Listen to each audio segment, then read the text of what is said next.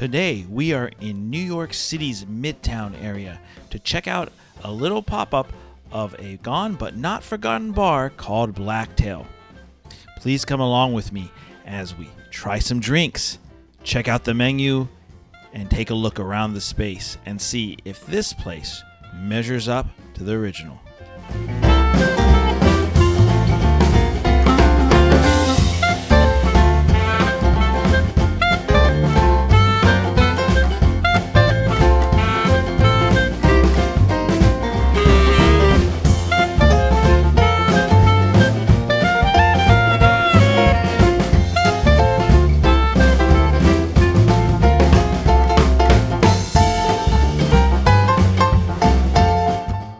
Hello guys, and welcome back to the channel. So today we're doing something a little different.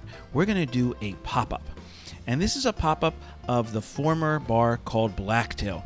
Now, Blacktail was an incredible bar. It was one of my top favorites in New York City. It was really legendary in my opinion. And it went under in about early 2020.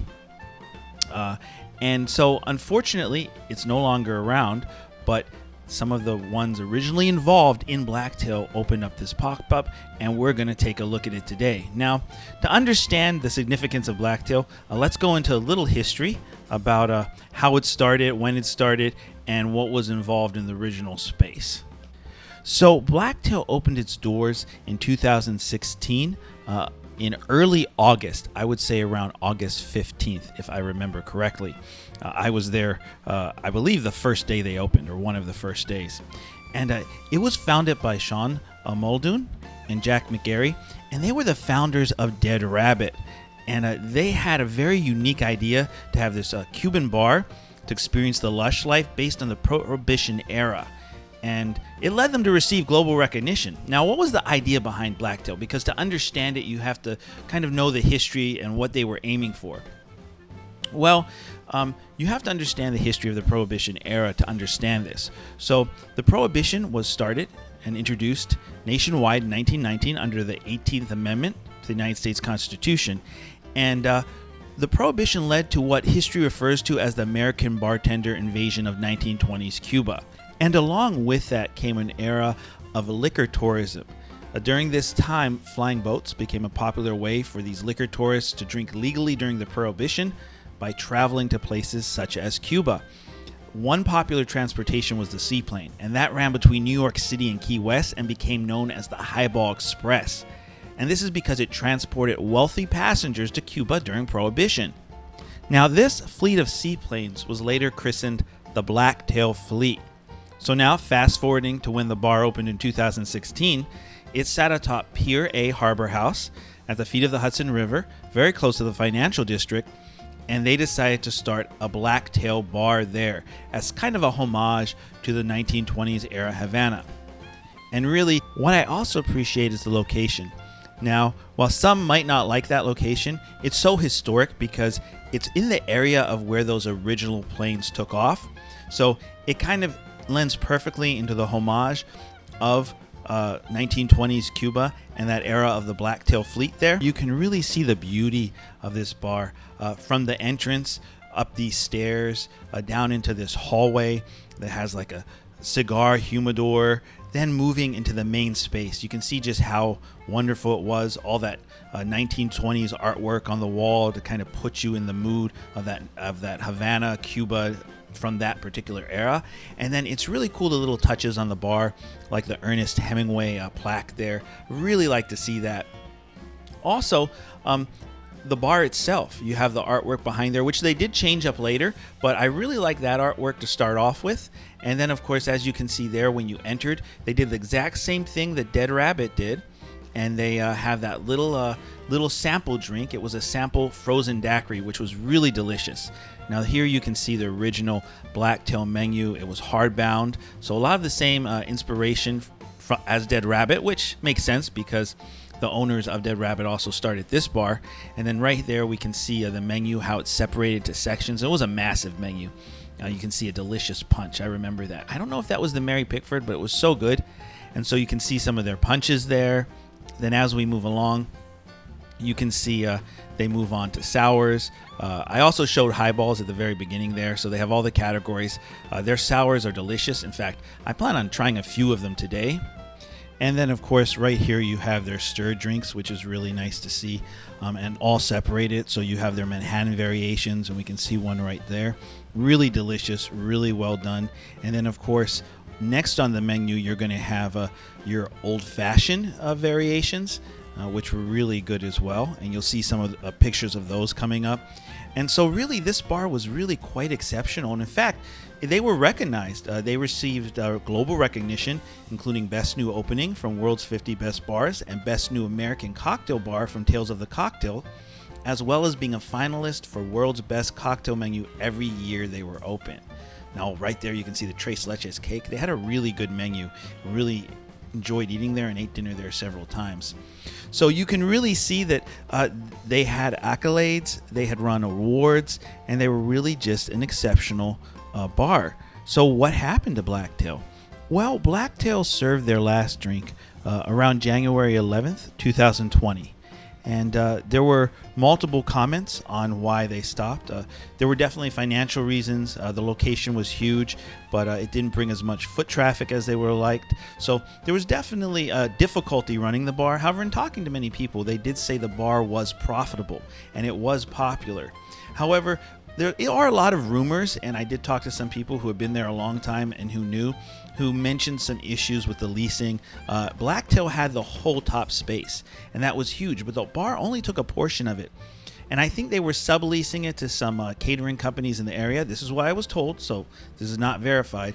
And then those companies decided they wanted out, or they wanted to take over the whole space and stop subleasing from Blacktail. And so as a result of that, it put Blacktail in a bind, because if they were to lose those subleasers, then they would be paying the full rent for the whole space, and then they would stop being profitable. So as a result of that, it appears they were bought out. Now, that's the rumor I heard. Once again, not substantiated. It could be completely false, but that's what I was told by someone who had worked there since the beginning. And multiple other people told me this bar was profitable and this was kind of a shock. Either way, they ended up closing. So whatever story you believe, I'm sure it was probably a mix of many different things. And as a result, Blacktail lay dormant for 4 years. However, they're back now with this pop-up. Blacktail's former head bartender, Will Pasternak, I hope I say that right, and his team reawakened this old establishment, and in the spirit of this iconic bar, they have this exclusive pop-up residency with back bar at the Hotel Eventi Hotel. And they really say that they're committed to delivering an unforgettable experience that blends elegant surroundings, outstanding cocktails, and lively music, all while paying homage to Cuba's profound influence on the world of drinks and the art of bartending. And that's from their website. And so let's see how the pop-up is and how it compares to the original Blacktail.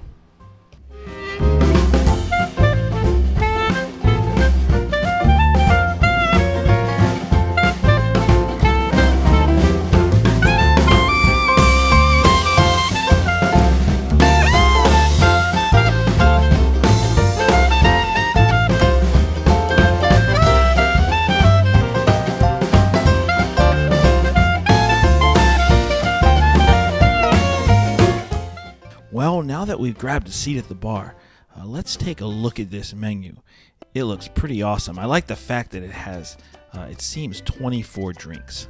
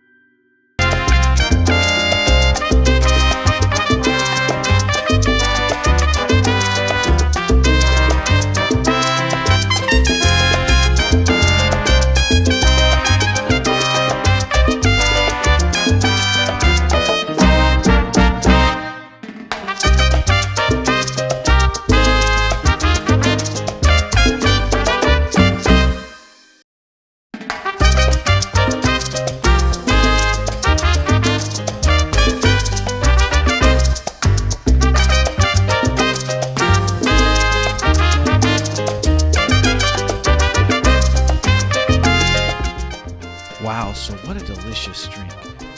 I really love the combination of flavors, the bourbon and then the guava. Now, you really get the guava, which I like. Now, don't get me wrong. If you love guava, it's not a guava bomb. It's very well balanced. You have that touch of guava, then you get a little of the port wine flavor, and of course the bourbon comes through. So really a very well balanced, just delicious drink.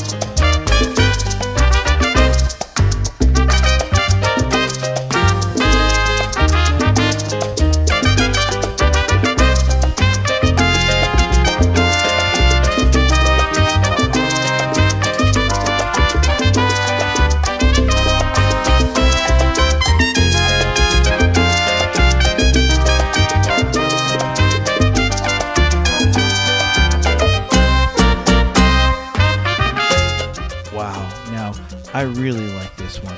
I love the mouthfeel the egg whites give you, and that silky, almost creamy kind of texture. And then I have to say, the soursop, or as some call it guanabana, along with the apple, really gives it a nice kind of tropical flavor that is really refreshing and really enjoyable.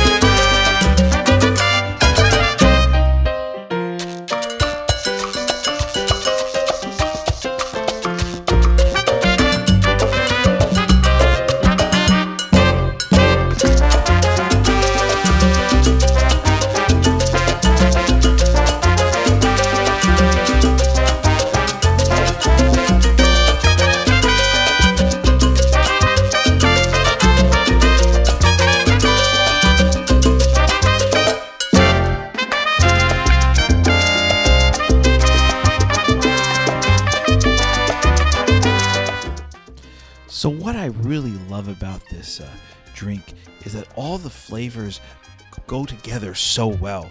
You have that nice peaty, smoky scotch, but then you have that little touch of coffee from the Cafe Bustelo, which is definitely there, but I wouldn't call this a coffee drink per se, but you do get a bit of coffee. So if you don't like coffee, then you might not like it, but it isn't overpowering. Everything's really well balanced, and that bit of walnut in there gives it like a nuttiness. So I really enjoyed this drink. The balance was perfect, and it really hit the spot for me.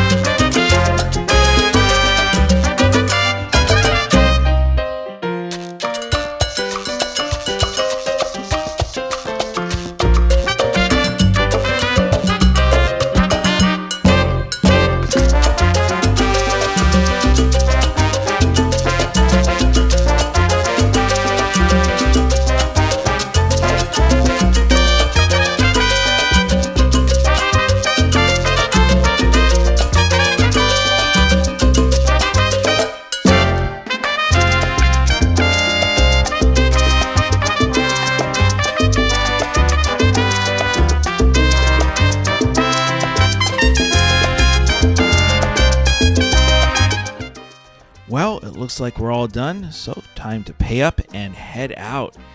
And while I head to the subway, why don't we discuss what I think of this pop-up of Blacktail? Now, as you can tell, I love the original. It was one of my top favorite bars in the city. Maybe I would say my top 3 at that time.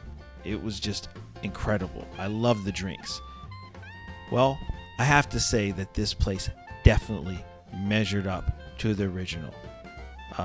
First, let's just talk about the space. The space was really nice. It wasn't quite as good as the original, but it's hard to replicate that original space. It still captured a lot of the elements of the original. You had the menus on display, which I liked. You had the beautiful artwork both behind the bar, and then you also had some nice pictures and artwork in the back, and that was really nice to see. I also really liked the leather couches, the globe with the cognac glasses there.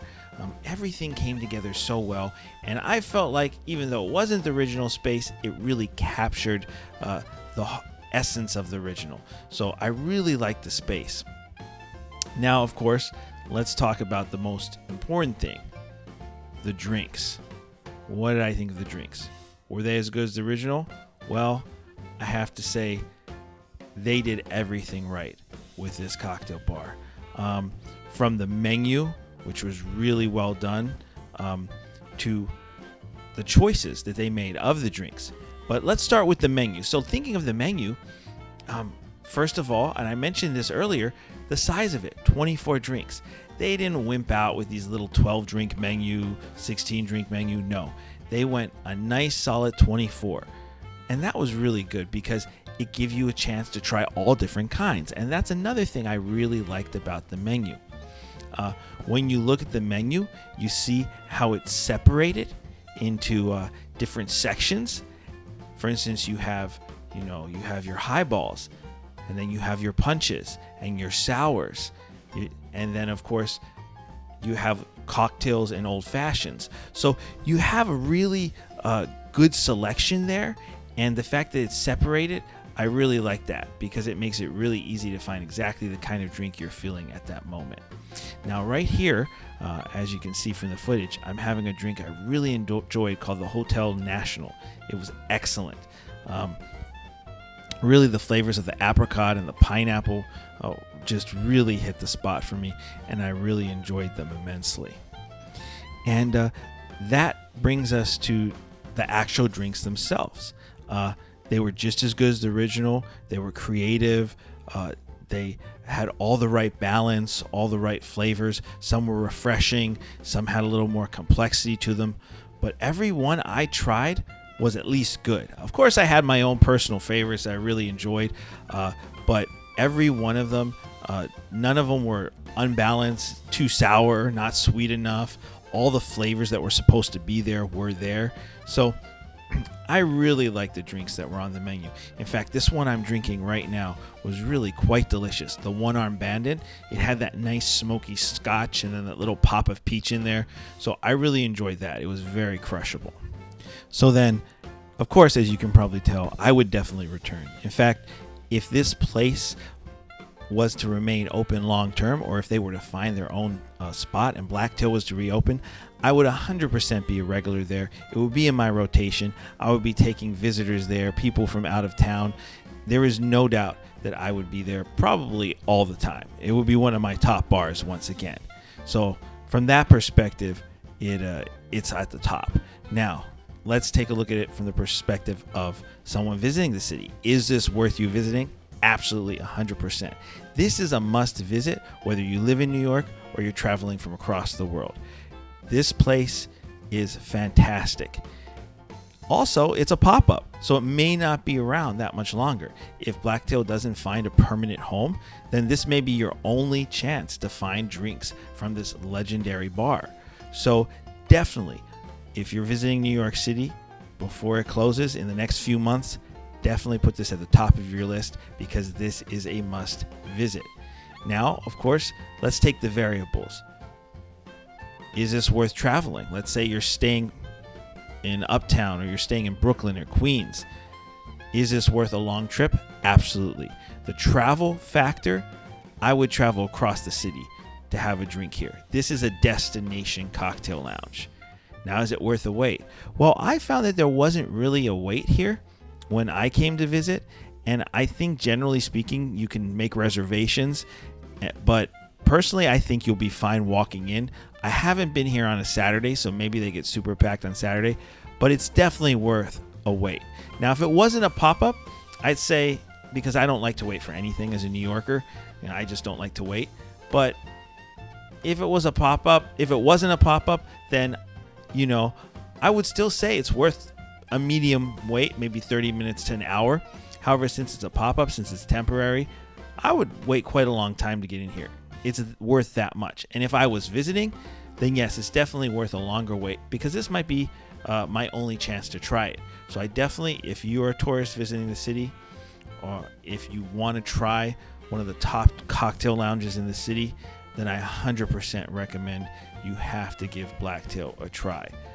And of course, finally, I would be completely remiss if I didn't mention the incredible service. The service was just fantastic. Really, Will Pasternak, who is the beverage director and who's really the one in charge of bringing back Blacktail, he just did a fantastic job here. The service is impeccable. All the bartenders are knowledgeable. They're friendly. They're welcoming. They make you feel at home. And they're just really skilled at their job. And a special shout out to Emmanuel. He made me a lot of my drinks, and he was just a fantastic guy to talk to. Really friendly, really knowledgeable, super skilled. Saw him make 5 drinks at once. Just a really good bartender, and really seems like a really good guy. So special shout out to him. Really made me feel at home, and made my experience at Blacktail. So overall, once again, you have to come here. If they're still open when you're here, you're visiting, you have to come here. And if you live here, there's just no excuse. Get to Blacktail as soon as you can. Well, this concludes my review. I hope you enjoyed it. And as always, please click like and subscribe. And most importantly, drink responsibly. We'll see you next time on Boozy Explorers.